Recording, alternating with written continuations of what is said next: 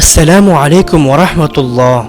মাসব্যাপী সিয়াম সাধনার পর আনন্দের বার্তা নিয়ে উদিত হয় ঈদের চাঁদ। আসন্ন এই ঈদানন্দ সবার মধ্যে ছড়িয়ে দিতে বিত্তশালী ও সমর্থবানরা এগিয়ে আসুন। ঈদের এই আনন্দ উৎসবকে আরও রঙিন করতে গরিব ও অসহায়দের দিকে সাম্যের হাত বাড়িয়ে দিন। নুমান রাদিয়াল্লাহু তাআলা আনহু থেকে বর্ণিত, রাসূলুল্লাহ সাল্লাল্লাহু আলাইহি ওয়াসাল্লাম ইরশাদ করেন, সব মুমিন এক দেহের মতো। যখন তার চোখে যন্ত্রণা হয় তখন তার পুরো শরীরেই তা অনুভব করে। যদি তার মাথা ব্যথা হয় তাতে তার পুরো শরীরেই বিচলিত হয়ে পড়ে। মুসলিম হাদিস নাম্বার 2586। বয়স্কদের খবর নিন।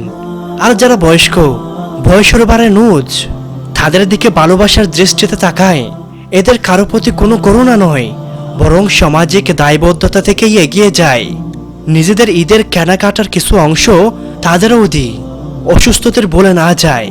ঈদ উৎসব পালনকালে সেই সব ভাই বোনের কথাও আমাদের মনে রাখতে হবে যারা কঠিন পীড়ায় অসুস্থ হয়ে বাড়িতে কিংবা হাসপাতালে পড়ে আছে।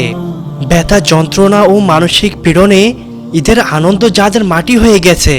নতুন পোশাক কেনা দূরে থাক, পুরনো কোনো ভালো পোশাকেই যাদের নেই, আমরা যারা চচ্ছল্য আছি তাদের মুখে হাসি ফোটানোর চেষ্টা করি।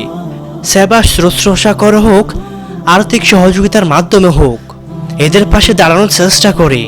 মহান আল্লাহ তাআলা বলেন, নিজেদের কল্যাণের জন্য তোমরা যে উত্তম কাজ করে থাকো তার পুরস্কার আল্লাহর কাছে পাবে। সূরা বাকারা আয়াত 110। আত্মীয় স্বজনের বাড়িতে যায়। সারা বছর কর্মব্যস্ততার কারণে আমরা অনেক আপনজনকেই বলে থাকি, খোঁজখবর নেওয়ার সময় সুযোগ হয়ে ওঠে না। ঈদের উৎসবে অবসর যাপনের দিনগুলোতে আমরা আত্মীয় স্বজনের খোঁজ নিই, তাদের বাড়িতে বেড়াতে যাই, সুখ দুঃখের খবর শুনি। কেউ আর্থিক টানাপড়নে থাকলে সহযোগিতার হাত বাড়িয়ে দিই। জীবন চলার পথে বিভিন্ন পর্যায়ে কারো কারো সম্পর্কে অবনতি হতে পারে।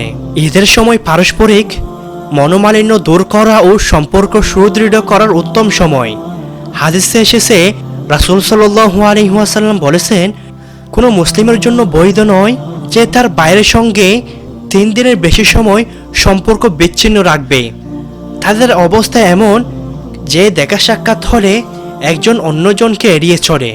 এই দুজনের মধ্যে ওই ব্যক্তি শ্রেষ্ঠ যে প্রথম সালাম দেয়। সহিহ মুসলিম হাদিস নাম্বার 6697।